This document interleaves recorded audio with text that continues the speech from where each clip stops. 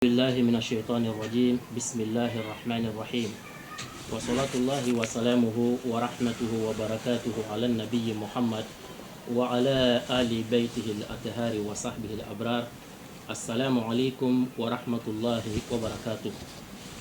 بعد السلام الحمد لله أن يوبلا جلنفو مثل ما دينك فوليكاني بصغمدينا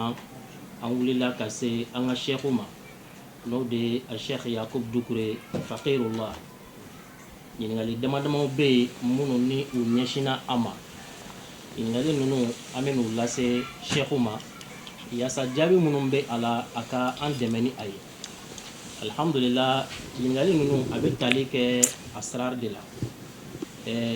ni do ba fama ko muriya bara no de ala de l'Israël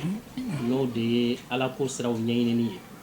alhamdulillah anga jamana in kono ma chamu nyashinen do alesraima ma chamu be ubeka alesrain la bara kosebe ola na manye ka fo islamia dine kono donimba kumana akan do ye adagadi do ya bali adagadi la sra munu fe asra nyuma akaka anga se anga makoro ma kasanga donimba ma yasa uka osra nyuma ka odon ankoro yasa anga an yɛrɛ nafana ye ani maa o maa ni e ɲɛsinen do nin sira in ma i bɛ se ka a ɲuman dɔn cogo min ka bɔ a juguman na alhamdulillah ɲininkali ninnu an bɛna a lase kelen kelen a ɲɛsin sheikhu ma an b'a ta bakuruba la o kɔfɛ an b'a ta kelen kelen k'a ɲɛsin sheikhu ma ɲininkali fɔlɔ ye jumɛn ye o de ye asmaul suriyaniya mun de do a bɔra min ɲininkali filanan ayiwa n'a fɔ ka da fɔ ɲininkali filanan o de ye k'a fɔ Suleiman alayhi salatu wassalam ale ka waati la maa min ko Suleiman ma k'ale bɛ na ni Balqis ka l'archi ye o maɲi a nana n'a ye ni tɔgɔ min ye o tɔgɔ in tun ye jumɛn ye an bɛ fɛ sheikhu ka walawalali kɛ anw ye o la ɲininkali sabanan o de ye istikhdamu kɔrɔ ye di wa silamɛya diinɛ ka jɔyɔrɔ ye jumɛn ye a la walima sheikhu yɛrɛ ka mawqifu ye jumɛn ye istikhdamu na ɲininkali naaninan o de ye al-khuddamu al-ulwiya wa sufliya différence jumɛn bɛ olu ni ɲɔgɔn cɛ o la nin ye ɲininkali damadamaw ye an bɛna minnu ɲɛsin sheikhu ma ɲininkali min don a bɛ tali kɛ lasarali siraw de la minnu bɛ lasarali sira kan a b'olu de nafa kosɛbɛ alhamdulillah ɲininkali fɔlɔ an b'o di sheikhu ma o de ye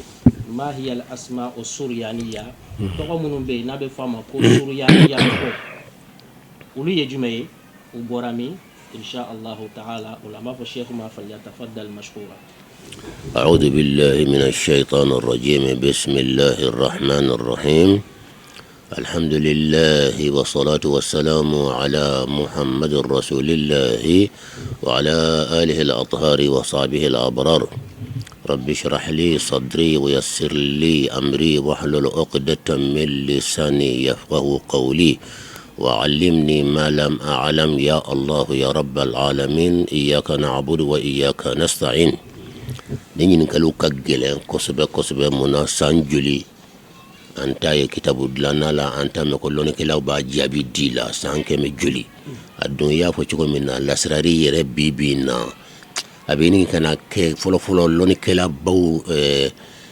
karamo ba mun ka sufiya tun ka bun wolde tun ba ke o ba kan uslub min yabe homa ko uslub ahli al anwar noro dun ko tasra nogo tala sebeni jeliye turabu deun tala ni fen tala to ko te tawfa senu man de pas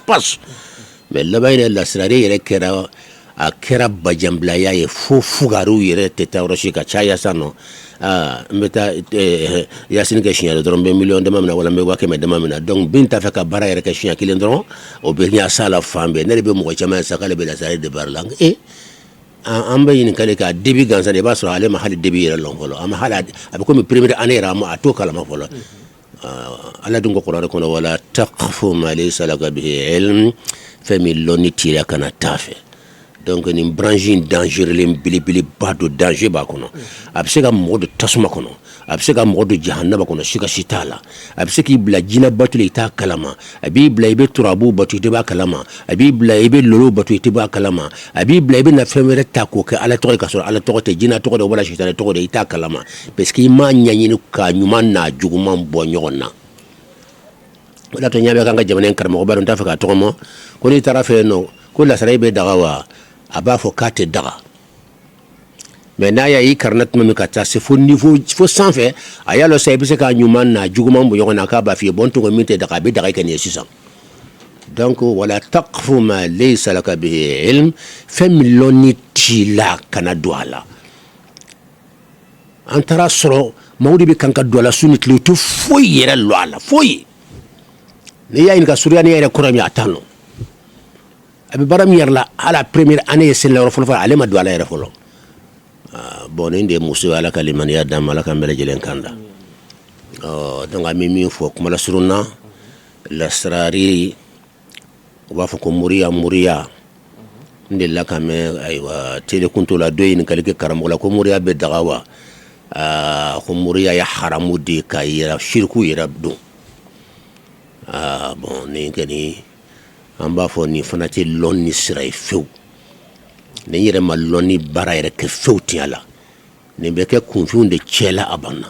parce que lonni kene ka ni ko muri yere gansan lonni kene ka be fodi mantiq yere la al hukmu ala shay'i far'un an tasawwurihi ni ba fa ka fen zize kana girin ka zize folo fo ni fen yere korfo mo ye folo amba fa ka fen min zize munde don folo no ye fen lo be so ka zize na fara muriya ibo de korofo moye muriya kore ibo le jmaye ta hala nga falo kra mo no be wala hawta ka mo kran nga fa be ko muride ka mo kra wala hala qur'an la muriya o haram ya o sansa be muriya juma de mako ya haramu ye gansa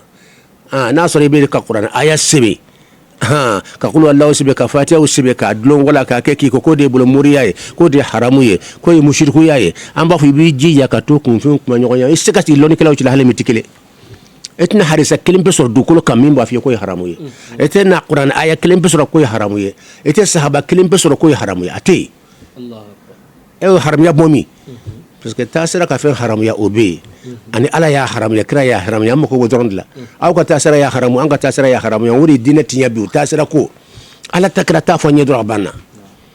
ala ba anyi nunu jabi ka chaya abe daga chuko minna ate daga chuko minna afando be daga afando te daga fika ditaidi kana girin ka fe jiji ka mai ka soro yoro nyuma bala kana girin ka fo na ka kan ka soro yoro jugu bala a yoro nyuma na jugu ma be fo mo yo le bobo dibila anyolo wala katim kaset lani mo komba feka livre soro afle sugula be baktaba wala atoy thalathu rasaila ala ale livre ko ni fen sabade wala kono mo ba feka ni fen tiyaire lo kisi mo mankana ta dale ambazira dalia dronde ka kono la gosili fuy ata kono a folo sebende ko bala ka qur'ane sebe ka kenasi wala kala to sebe ka kenasi ki kwala ki miala wala ka sebe ka ki farla ni qur'ane do ni qur'ana aya do wala ala to jelendo anyo jabi akono ma shit sega fuki bina dine imba chugola ala kiramna mi haram ya ambo haram ya nama mi haram ya neseka haram ya eseka haram ya na mi haram ya fana eseka dangani an fana eseka dangani dine la gafiara dine tigi bina mi fo an ka to atala me an ka tasira o de dine tinya ala kalimani ya dam wa kuma surumani mi ustaz tay min ko tamimatu ko sebende tamimatu ni qur'ana ayar sebena haramu do wala haramute bondi ko ya haramu yamba fotma est-ce que yesu ebe sunna kalama no sunna ma haram ya on de takata sunna kitabu daile bukhari ka sharh man belo ko ibn hajar al-asqalani antara tamimatu fle loni kala te green kam ko kuma la mita no kala beta kitab ummahatul kutub au ansira ma ko ummahatul kutub al maraji'ul mu'tamadatu c'est-à-dire sunna mo de be base kitabu belebel mu kan no ko dron se fulu be la gafia ibe to de dailo ma kitabu dron de sansu la ngate o ko haramu do se bende haramu de mushuge be green ga ba jeli ko kay bi shike ibe to ko de cela parce que ema base marajo mo tabarakan yimi ga kitabu takala kare ira tatigelo yere ebe takata ninde ibn hajar al-asqalani antara ka kitabu daile tamimatu kuma cɛlɛmɛ ko sɛbɛnden haramu do sɛbɛnden e ko cogo di e min bɛ ala ka aw minnu bɛ ala ka sunna ka tɛmɛ sunamɔgɔ fanba bɛɛ ka tuna kɔnɔ aw yɛrɛ ko cogo di e de sera ka Bukhari yɛrɛ sharha tɔm 10 ani a filɛ nin ye 14 an taara sɔrɔ ko tamimatu a ko tamimatu yɛrɛ kɔrɔ ye min ye fɛn min bɛ dulon farikolo la ni ala tɔgɔ tɛ n'ala ka kumakan tɛ a y'a préciser tan de kɔnɔ kunkolow n'a ɲɔgɔnnaw kɔnɔ sɔɔni awa yirimugu dɔ dulon i yɛrɛ la wala kɔlɔkisɛ dɔ fɛn dɔ dulon i yɛrɛ la k'o fɛn bɛ se ka kojugu ɲini ka b'i ma wala a bɛ hɛrɛ s'i ma ni min tɛ ala ye a k'o de ye tamimatu muharamu ye a tilala a ko mɛ ni kuranɛ aya don k'o tɛ don haramu kɔnɔ ni mɔgɔ min y'a don haramu kɔnɔ e taara min i ye sunamɔgɔ ka lɔnnikɛla ba ka kuma i y'o bila wala i m'o bila ne ko moriya kɔrɔ de ko kuranɛ aya dulon i yɛrɛ la wala k'a sɛbɛn ka kɛ k'o de moriya ye k'o de haramu ye i y'o bɔ min i ye sunna lɔnnikɛlabaw ka kuma bila i ma ba kalan ne bɛ min f'i ye dɔrɔn taa i ka taa Bukhari sharha da k'a kɛ ala ye min ye ko fɔ mɔgɔw ye a ɲini ala bila ɲɔgɔn na min bɛ alakira ka hadisa la ka tɛmɛ ne ni e fila bɛɛ kan taa Bukhari sharha ban bɛ Lukufatul Bari ale ye mun de fɔ tamimali min b'a kɔnɔ i k'a kɛ ala ye ko fɔ mɔgɔw ye k'i yɛrɛ ta in bila olu de bɛ lamɛn dunan fan bɛɛ bi o de wele ko al-maraaji al-mu'tamadatu fi sunnati nabawiyya an taara ka taa filanan da la o tɛ muslim ka sharha ye wa Nawawi m'o sharha wa an taara o fana dalen tamima ye min fɔ a la Bukhari sharha baga y'a fɔ cogo a fana y'a fɔ ten donc e bɛ na fɛn wɛrɛ jumɛn de fɔ tuguni min tɛ ninnu ta ye sunna ko la sunna dun ye kelen de ala bon donc ne ye bɛɛ ni ala bila ɲɔgɔn na n'i ko tamimatu ka kuranɛ aya sɛbɛn k'o dulon k'o de ye moriya ye k'o de ye haramu ye i y'a bɔ min sunna lɔnnikɛla numéro 1 han Ibn Hajar bɛ jira numéro 1 de fɛ sunna lɔnni la ale sera ka Bukhari yɛrɛ sharha ba dilan fo tɔn 14 hali minnu tɛ sunna ta sira kan u sɔnna ka kitabu ye ala ni basu b'a kɔnɔ an ma sɔn ka kuranɛ don moriya min e y'a haramu ye an ma sɔn ka don a kɔnɔ e dun y'a don a kɔnɔ an ɲini ala bila ɲɔgɔn na e mɔgɔ min ko haramu don siriku don an ɲini ala bila ɲɔgɔn na taa i ka taa kitabu in dɛ ne kɔni y'a dayɛlɛ ka filɛ ne ye nin de sɔrɔ a kɔnɔ a ko mɛ ni kuranɛ aya don k'o tɛ don tamima mu haramu kɔnɔ e dun y'a don a kɔnɔ e y'i ta bɔ min an ma sɔn ka don a kɔnɔ an ka daliya dira an ma sɔn ka don a kɔnɔ an ka daliya di ala ko kuranɛ kɔnɔ qul hatu burhanakum a y'aw kɛ prévu di sisan e min ko tamima ka kuranɛ aya sɛbɛn k'a bɛ don haramu kɔnɔ wala bɛ don siriku kɔnɔ i fana y'i ka kuma in bɔ min mankan bɛ ban sisan ala ka libaniya d'an ma bon an bɛ parce que preuve ne ye preuve min di a la a bɛ taa fɔ 40 a bɛ sɔrɔ yɔrɔ la 41 k'a fɔ ayiwa ka kuranɛ aya sɛbɛn e ala non olu ni mɔgɔ i tɛ lɔnnikɛla baasi sɔrɔ dugukolo kɔ ka ko lɔnni bɛɛ k'a b'a fɔ nin ye haramu ye tuguni e bɛ sɔn ka Bukhari ka kuma wuli Bukhari sharha ka kuma wuli e bɛ taa Muslim sharha ka kuma wuli e bɛ jɔn ka kuma ta n'o ka girin ninnu ka kuma ye n'i ye kitabu wɛrɛ ta n'u ka girin ye pewu n'i y'u bila ɲɔgɔn na n bɛ bila u ni sancɛ de a bɛ fɔ nin ma ko ummahatul maraaji al-mu'tamada hatta inda ghairi ala ka limaniya d'an ma donc sunna a bɛ n'a fɔ karamɔgɔ minnu bɛ ka sɛbɛnden haramuya sɛbɛnden haramu ye siriku don u bɛ ka base minnu ka kuma kan u ma olu ka kuma kɔrɔ faamu sɛbɛnden kɔrɔ la o y'a faamu de mais u basera kitabu kan a tɛ fɔ o ma ko maraji mu'tabara n'i y'i ka kuma bɔ kitabu kɔnɔ i tɛ jate lɔnnikɛlaw fɛ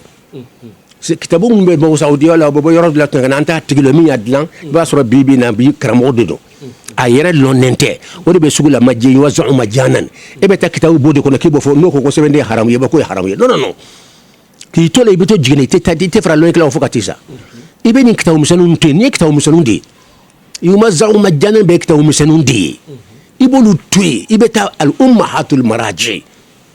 wala i bɛ taa jija i bɛ taa ayiwa Ibn Hajar Bukhari sharha ba n'a fɔra sunamɔgɔw ko Bukhari ka ban kuma banna o bɛ taa yɔrɔ jumɛn tuguni Muslim sharha ba e bɛ taa yen de bon mɔgɔ min taara ye ka kuma ani mɔgɔ ma taa ye ka kuma e taara fan wɛrɛ ta i m'a k'i yɛrɛ la wa i yɛrɛ faga i yɛrɛ lebu parce que n'u ka kuma bɛ girinya ka tɛmɛ don in ta kan hakili ne don marji o ko de y'a tigi sɔrɔ sisan marji Ibn Hajar Asqalani u bɛ a ka kuma in min fɔra tamima la u b'o fɔ k'a fɔ haramu don mais Ibn Hajar Asqalani ye min fɔ ta sisan nɔ k'a fɔ laɲini ye de min ni a ma kɛ ala tɔgɔ ni ala tɔgɔ tɛ ni kuranɛ tɛ ayiwa bon n'o ma fɔ ka la ka ye sunamɔgɔ ka ɲɛmɔgɔ bɔ ka sira bila e bɛ se ka yɔrɔ fɛ a se k'e ye sunamɔgɔ cogo di bon sunamɔgɔ bɛɛ sɔnnen bɛ maa min ye o ka kumakan bɛ yen e ma taa o filɛ yɛrɛ kitabu misɛnninw filɛli bɛ kan ka karamɔgɔ faga koyi imbe san sugula fika kari ka wari bode wa mugam kitabu ka wardo kitabula ibe sura ka marje baw sura ka kuma e me kala moto kelen yewa do mana fon ko fo ka tadne la te yo mu de parce que ba ka kuma borolo e mo mtra kitabu do sa sugula wala yuma zog ma jaki bo ka o man kambe banwa atigi jonda atigi fa yere tseko fa me kitabu la e retalo folo mo nyumando mo juda saralendo wa masara de ambet le minan ko be ba ka karmo sara ala kalibani ya dam donc ni mo mba fe ka fen sababi ka haqiqa lo ilmiyan lo ni sirafe kitabu thalathu rasaila sebende ni maul sebende ani nasi ni qur'ane do sharia mu fala ni qur'ane te haramu do sharia mu fala afanyuma na faju anya wala kuna an sedana aflana mauludi be daga wala tira o fana ba kuno asabana juma yituni wala bolomina ani bolojigi bolojigo fara kara fitna bay jamana bolo gansa minali bolo jigini wori kara misuru tlanga jamana ka c'est-à-dire la harola mitan fola ndalo la ilaha illa bin amma kalami ko no famita bolo o san joli joli bolo mina gansa ni bolo jigi la ilaha illa fulani kele kan ga kalde kama man kan ka wuli de no fe ka haqiqa fo moye kuma min teke la ilaha illa allah ka islamiyat tluma ka wori betake bolo mina ni bolo jigi ka islamiyat turla kun kan ba fi san joli fuka misuru tla no min yeni man kan na ci la haro be kun ko ba soro dedi ya foyi bon ambete mi ko suryaniya yere ye alla nyini minye ko allah ta'ala ayre to minun jigi folo annabi minun te arabuye ay min jiguka nabillahi sulaiman ala to jigina kadama nabillahi ibrahim ala to dirama nabillahi musa isa nunu ande minun timina dauda nunu ufana ka kitabu arab kante me kitabu jigan minun kan ala to tumba kuna ala kante kitabu jika na ma to kan kuno ibsaka fa ani qur'ane to arab kan ta to telede o to min chaman de biya ko suryaniya wala ibraniya al asma'u suryaniyatu aw al asma'u al ibraniyatu min asma'i allah kitabu de bimbole no ka to ko mu'jamul hadarati samiyya amba fa islamu ka to se bukata daile ale bo kuma to korokoro ba munun be nabi ibrahim atlawla to korokoro munun be asursu na koro ana bogrami abulu koro di mooma ani dictionnaire to tegelenye dictionnaire benaka barado ale kan ye al asma'ul qadimatu tarikhiyya abul kuraw de dima bon asma suryaniya mu nya langeleya aywa parce que dina anewum ko tanga nabi amma o anebuye am se ko lo ci ko sisan amba lo ni sira dama ye tawreta wali injila o be dina ko nabi abe libru ba ko na to al kitabul muqaddas tawreta l'injila min jigina musa kan min jigina isa kan évangile abe dina ko nabi abe kitabun ko na to al kitabul muqaddas wa hal zabura fana ba kono adi zaburu mbe karamo obul sugula ko ko zabura mo munda yata ko ko anu te gelenya o te zabura zabura min be kitabul muqaddas kono de o de zaburi parce que lui chesri kitab ko mun temna foka chama foka soro ka kefra nyonka adu se ka fa adu fa ko yele maduna lamba fa nam se ka situla yele maduna la me yele maduna yorojma ma ka yorojma ko fona londe yele makati nga ka yoro mun ba longwa yoro min kuma wo kuma nabe muhammadu ya yira wala la kara ka ciden ya ka fanga duala wala ka islam ya ka fanga yira o yoro ni yele mari kira famba be yodi muhammad ka hal na to be boyndi o da to nyina a livre de be no ko évangile barnaba muhammad to bo kono hali sini o menere bolya muhammad to yira de bo kono muhammad sallallahu alaihi wasallam to ba kono voilà mais o ka nyonya ba do senfe o ye livre nani tadron ko rekoni a livre to ke me joli ya be condamné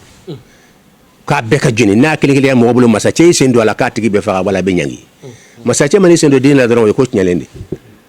bo évangile barnaba tunu ci ko flani ta ka sarama tunu iba dogo de me biate dogo ira be fere subula ala kalim muhammad to bo kono donc amay faso kono voilà donc kitabul muqaddas kono yelema donna la wetiyay mais yelema donna amadu ayra belade utna ko ira jugo ka fo ala to jelen flanga fo na kameto yelema bel ma pour ko na faji mane bola odi ala to odi ya ka livre noro yo to no kan yelema voilà ne kani madala ku be ala to ke nyi ka fugu bo yelma ci ko sidla parce que damandu yella damandu ka dine la o be se ka wasono di voilà mais yoro munu be na bana yira ka fo muhammad ko tinyaye wala muhammad ka ci de nyabe yoro munu na wala islamiya ka gorili wala fengo fe na be aywa ni islamiya dine kani yira ulu yoro nu maddi so yoro fam babbe de ifasira voilà po utoro la ya ala to do kani yela mara uma umi balade mais ala to bunja ko jubulo bulo o ya effacer ka boka bible do kono la bible top yawe o de comme allah ambulo o de bible fambe mais la bible top kono ayta da la kelenta kono ne radiya da la kelenta kono o ya bebui ni kuma kura de mi haqiqa de recherche be mo fariya ka kuma ustaz nko ta dali ata kono nte kuma yeni ma dali on ta sande ntara dali be mbul yande ka flefa da fo ka taba maya we yakuno odi ato munum be jamakuru do be no be bible ko o be ko temande jehova olu ye kele bade kenina ka livre chaman de dla ni min kera ni etan ku ka yawe se ga placer bela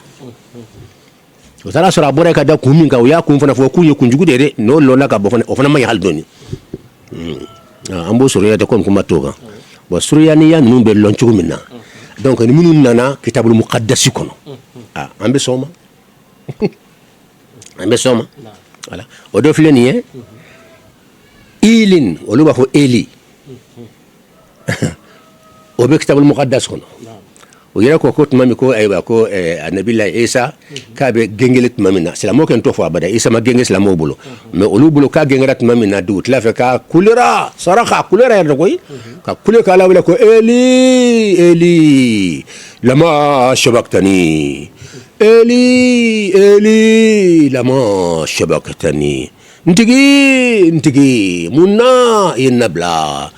ntigi munna inabla o yende fo bible kono ko zezio de fo ni kono be bible ko naba kono be kanka bible mo da bible kanka ne suya man ka dusu kasi min ka gele ka fa bible kono ata kono de be se bible mo dusu kasi ma ba ko livre kono ayta de la be kanka ne suya de ala ka de ti kala tnya nae nde be bible kono ala ko de ilahi limadha khadaltani ilahi limadha khadaltani ntigi pourquoi yenabla kawdo foka to kurwa kono dout la fait ka to kurwa kan kurwa san fa dloni o yo defo bon donc o elini am se ka fo o ye obseka do suriyani kono abseka do ibraniya kono bon yorna am baka ibraniya de suriyani o be no aywa ibraniya fana be donc eli wode araba amba fono ko ilin olu ko el na ni aka nyire ba eli ne ka ala ni ko el we alay c'est massa c'est min bese ate dese bi netara bible netara munjiru daile eli courage manye o ya korofala ko al qawiy al qadir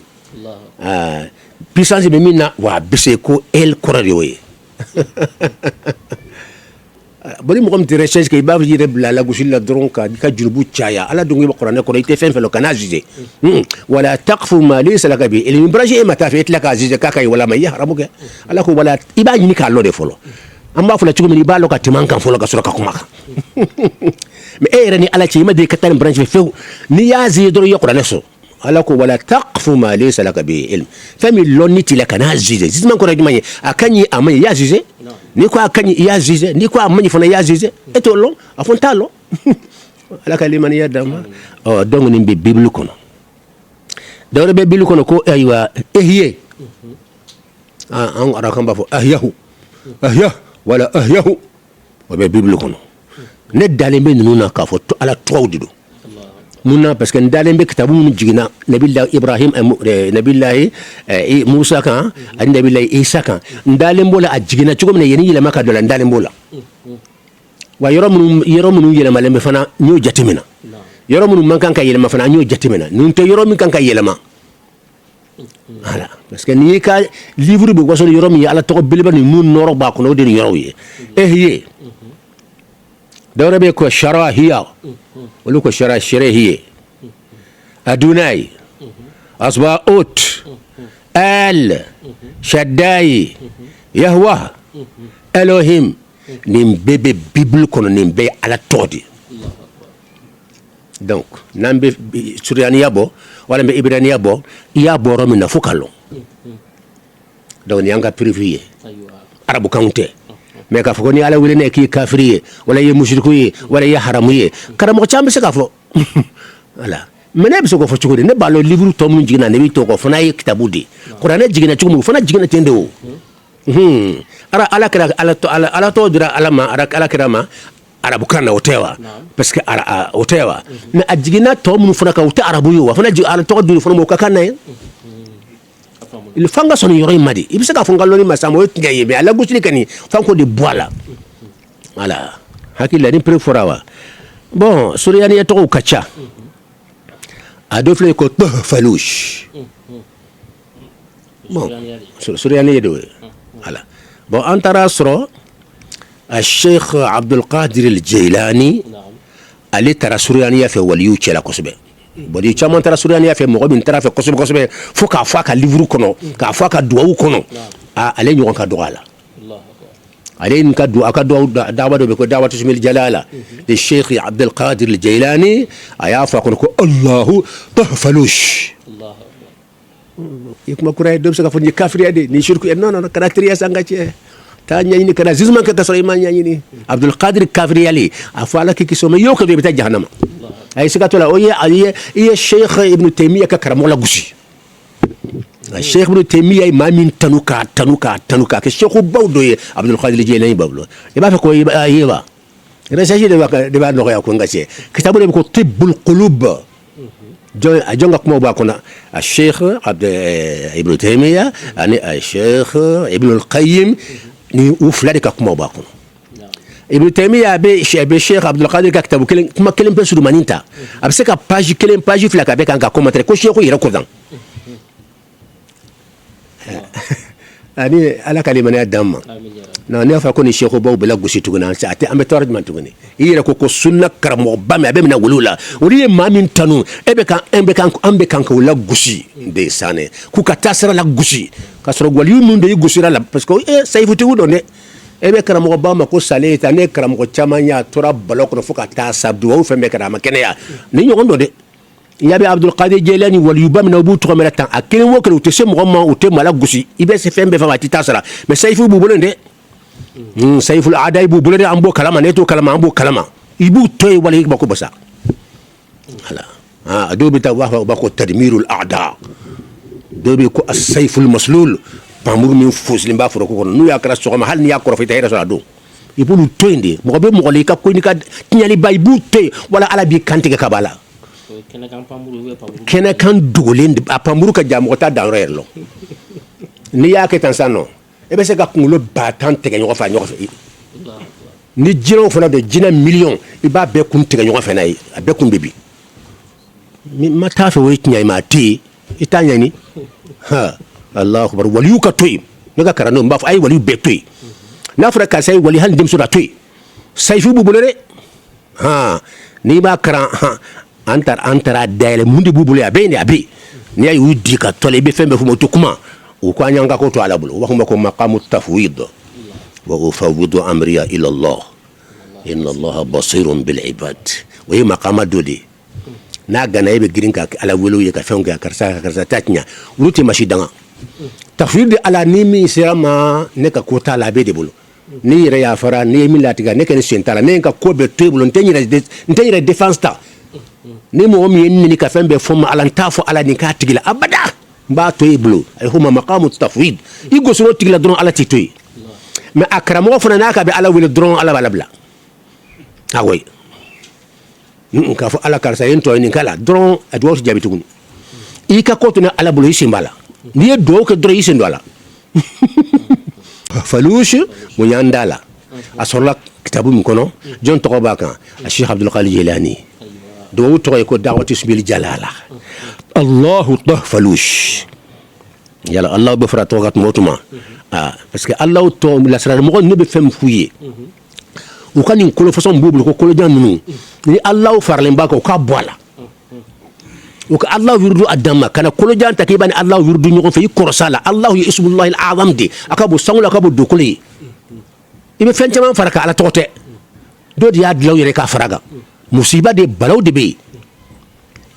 نما يكيبا كدرون يبي الله لما يبا فو لا اله الا الله ولا الله الرحمن الرحيم وتما جمله بدافزا ابي يكما فلو من فو يا دم كويه منيكو الله احد ولا الله صمد اون غيرو donc ni yoro ina sano ala kalimaniya damma wal yubauta ambuta chugula parce que andale mbula Sheikh Abdul Qadir Jilani o yake Sheikh Ash-Sha'ra o fana yake o ere ko to do dira ale makabo fu sangulu la safotere sangulu la ni sanche yorombe ko aywa malikiya duba yor la ku be malikiya kerkel ni do ulubi ul kasur ala la kate malikiya chamaka ay hum al karubiyuna kulubi ala batuli to minye ya famudi ko jigina kanadi ale ma do ko aka livre be mbolo ya aya fo akono abin mbolo ya aka livre be mbolo ya aya fo akono o yen danyede livre to ko fanye non ay mun defo non akeni aw dalen bala ken tafo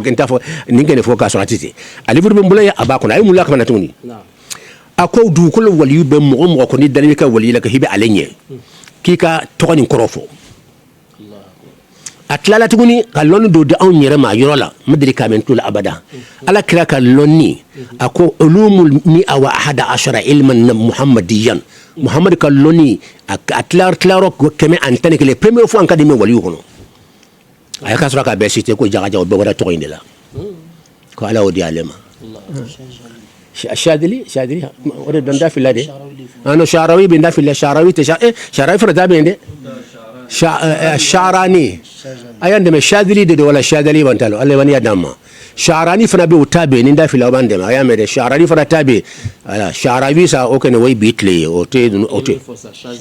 shadili ka kuma de ni ya ka kitabu ni mbembule yi aka daira badu ba kono abude kono te dare to fore wala daires cercle bil badu de do noraniya to nunu ba kono eno ako du ko wala yubbe ko dokani akorofo ulumul muhammadiyya kama al mi'a wal ahada ashara al ulumul muhammadiyya 110 ilman akli wokle kikafo abedira alima Allah wala aywa ba Abdul Qadir fana wasura na niyo tala may be jonni fana watuguni ba shamara tene fana no fana kuma na ibe bodloni mimma na kuma dori baye ka fonindi ba benye anten to Allah bulo tatu Allah bulo te ala kaliman ya dam donc ko be bla so Allah bana parce que chaman be kolojan ani suryaniya o tekelenya abada donc kama do chaman kolojan nunde ka abeta fo harfu bi sabalat magnya de fo harfu bi woronya de fo kementan nani jaman jamba shin shaka shin de shin guru non ngache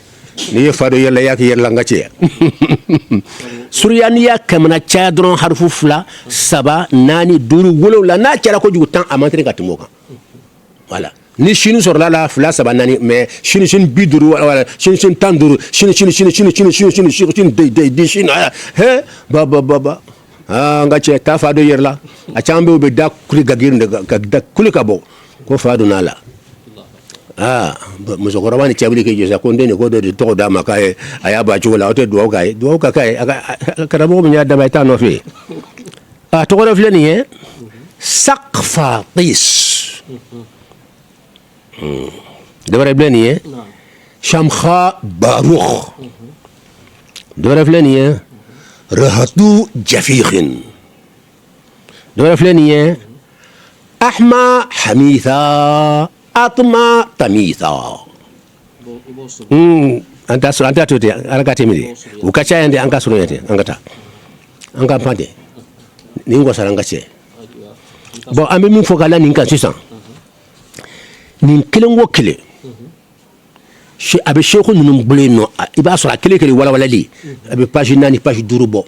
akle ana tangalan ana shurutu abe tan so konjo menunye o kele be ka be fwa kono yenno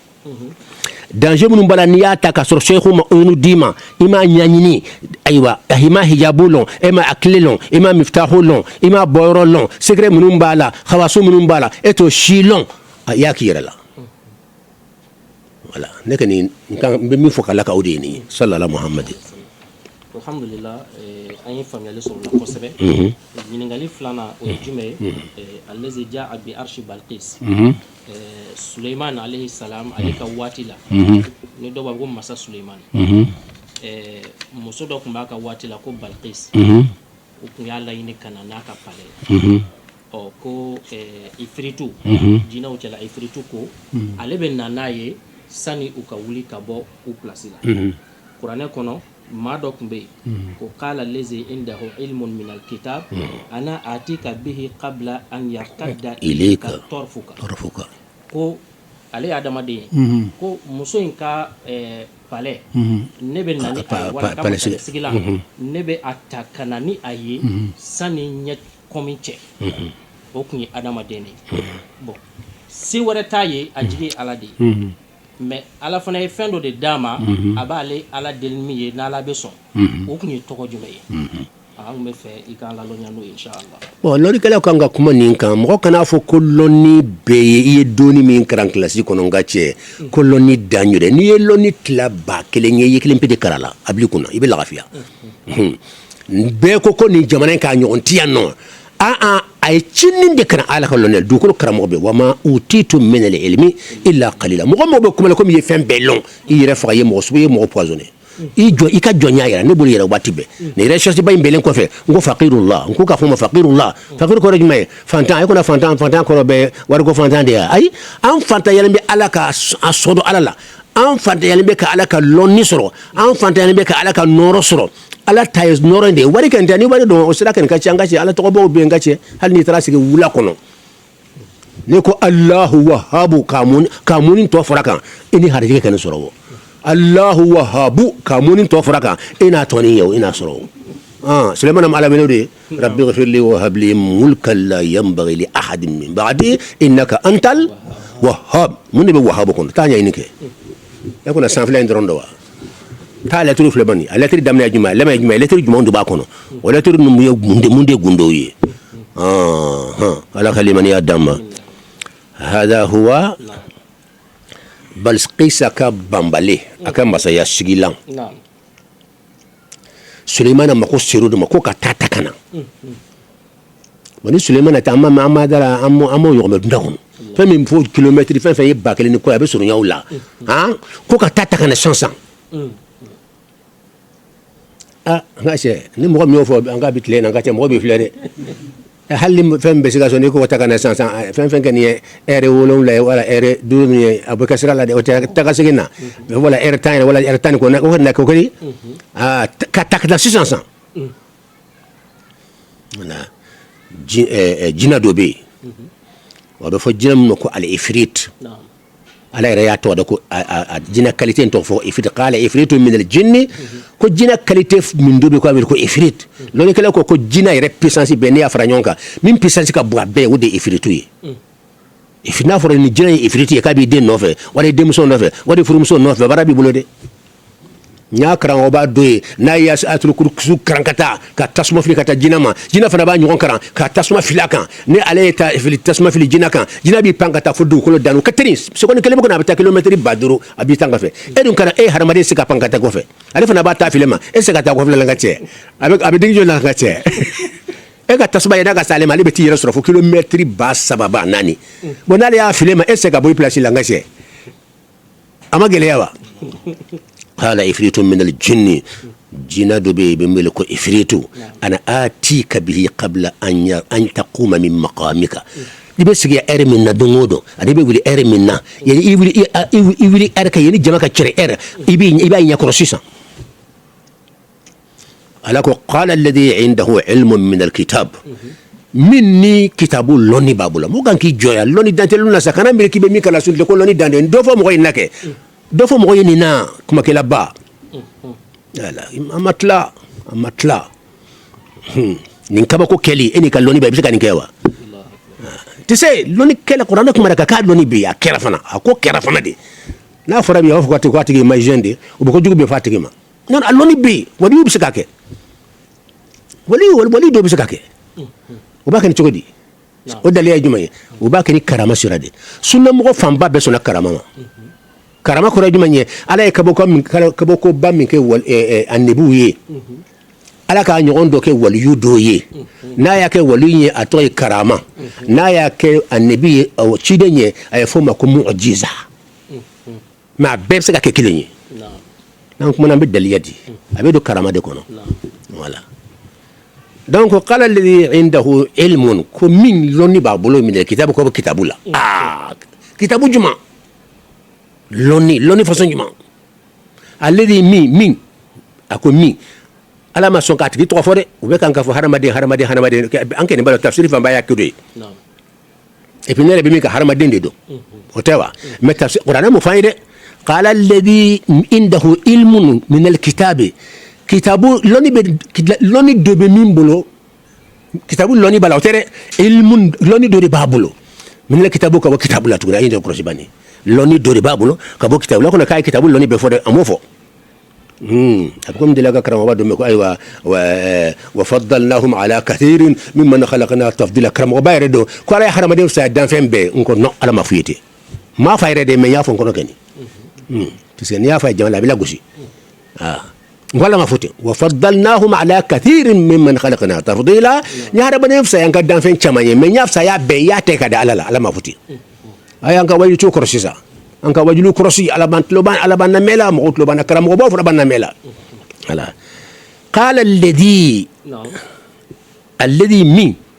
indahu a b'a bolo ilmu lɔnni do nakira min alkitabu ka bɔ kitabu la kitabu jumɛn wajibi tan ka kan ka tugu tafsir ko ye non an bɛ tugu tafsir ko mais alhamdulillah an bɛ ala nyira ɲini k'a ye a bɛ min kɛ nin fɔ an kan k'o lɔn arabukan kɛ nin alhamdulilayi an mana taa arajo la kɛ nin an kan hakili la an bɛ mali kunna wolo la arabukan kɛ nin ka tiɲɛ ayi an bɛ se ka tafsir kɛ k'an yɛrɛ dɛmɛ mais ala ye min fɔ ka nin ko fɔ a cogo la ayi o filɛ nin ye qala alladhi indahu min a b'a bolo o ko ilmu lɔnni do nakira min alkitabi ka bɔ kitabu la lɔnni façon jumɛn kitabu jumɛn baara sɔrɔla an tɛ dɔwɛrɛ la kuranɛ kɔ mais est-ce que a bɛ se ka kɛ kuranɛ ye a bɛ se ka kɛ cogo di Sulemana tile kuranɛ tun tɛ yen ya ustaz baara sɔrɔla o de ne ka misɛn quoi kɛra o b'a sigilen bɛ kɛ ya bɔsɔn na ka cɛ jaabi di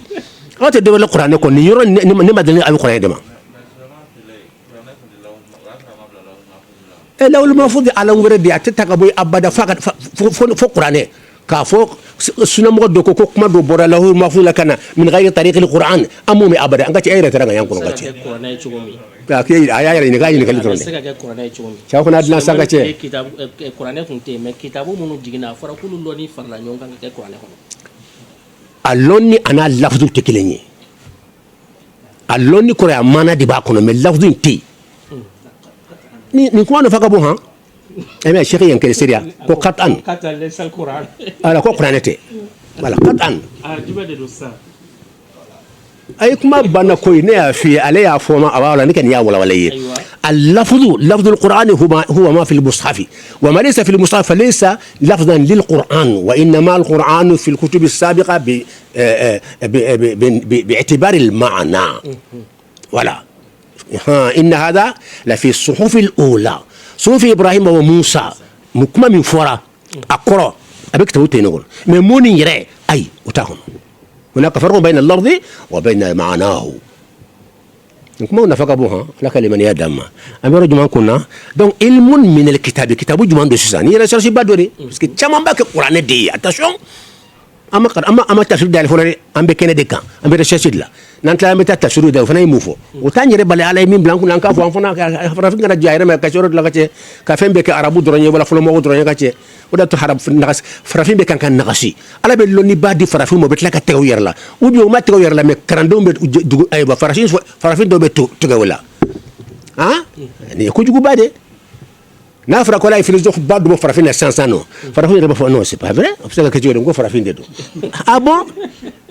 ha emri yi fa farafin fa ala ka liman ya dama donc ay ni yoro faw al kitabu qur'ane ne ma ke qur'ane ne ke ma hal ni tafsiru ya kay ne te tafe nga dal ni ga dal yadi parce que fora min klela o te qur'an ndey qur'an ma jigi sulaiman ka bada donc ilmu min al kitabi woye kitabu min jigina ka kon qur'ane nyedi imma alloni dira sulaiman ma ou bien min refleka kuma ni yetano no fleka taka min fleka kuma ni anda ko kitayin babulo adira oma ndum bala ka do mamadi sulaiman ma fona tane kungulo mina on fara made kungulo mina tukuni voilà ebe ke sulaiman ka jamala sulaiman de aywa nyamo dine nyamo bay loni ka sore bolo min tale bolo se ka ke men ko ndere matafe abse ka ke men matafe de tike kuma bayara ka fokeni loni do babulo keni loni do babulo yi abko musa ani khadruta musa ka giri khadri pium amma so am nasro do mano prewu fana di aka gira ka daliya kan be daliya duru daw masakene ka fa musa ka giri khadri pium mais ni yakuma ci wofle loni do be khadri bolo minte musa bolo loni do de babulo hadi ka barake de loni do kabla tere bolo me kaf saye ne de fle ba so ala to de tene bolo ko tek fi ba nyanga ci ko kuma tala ntaka ci tay keni hali nga karan fle longo to do ni fana bulo ngache ngoka sewe ka dia donc lonni do bi bulo aning be ide edebe anye ikramo yere nya ayala kalimana dama do be ka karande bulo ate kramo bulo me do be ket ma do karande be kramo dan pium abdul qadir jailani aya kramo dan ahmad at-tijani aya kramo dan ash-shadili aya kramo dan an-naqshbandi aya kramo dan voilà ibi wolu ba fe me abe karanke do bulo ma la bana ka kramo dan wajja ka sheikhu yesan ay karamo dangaba aka sheikhu donke maka sheikhu de chugudi sheikhu ya ni limite de bala tuma mina be karande yay bolo o sheikhu ya de do tuma mina ni dan o sheikhu ya bana pew itenga sheikhu tugo ete lon dima tugo mi mene bulati bolo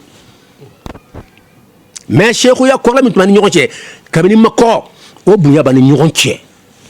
mo karamo ya bunya sigi me eden karamo ka dawde kar mais bi min be mbolo ne ka grille pium dina ntobe dina fambe bi etete ina fa abdul qadir soko fa karam ko ma san sala kalimani yadam شيخه لفظا شيخه ليس لفظا حتى بالعلم لكن aka الشيخ دواتي ما امكو بي كانكرا مي بي ات من كرامنا ne alonga timika o شيخ يا بنادي الشيخ مرتياني دفو جواير كونو ko شيخ يا ko limit dibala kaka barade ki kan yama ni kara ni banna ka ban donc ato kara bunyai akara bunya de mbi bunya parce que ye gankara katemi mais bi fami ye loni o cheko yeta ni o chete ga cheko lonna abratuguni parce que it men kara mena ne balo katemi ka bi o kora ere be songa kene ka cheko sa karane cheko be ket madula karande ka karande o ene resoro nga kara mo bado aye nga dawatul ismil jalalaye ako she dukure mba fe ika idnu dimaka ikranna Allahu shahid adenyere bora do fana o to yin asalen ko fe fana telephone ko fana be idunu nyini fe billahi ata amina tun kay me fana me die do kay no krande ma ke cheikhu yawa na nyo no be ke kasra ambulo anta fon anka cheikhu de fuka tansa bunyen be voilà maintenant si cheikhu ba nuna fa abdul qadir na nyo no attention aka cheikhu ye joye do fa yege ala kalimani ya dama no wati ko kama ngata jona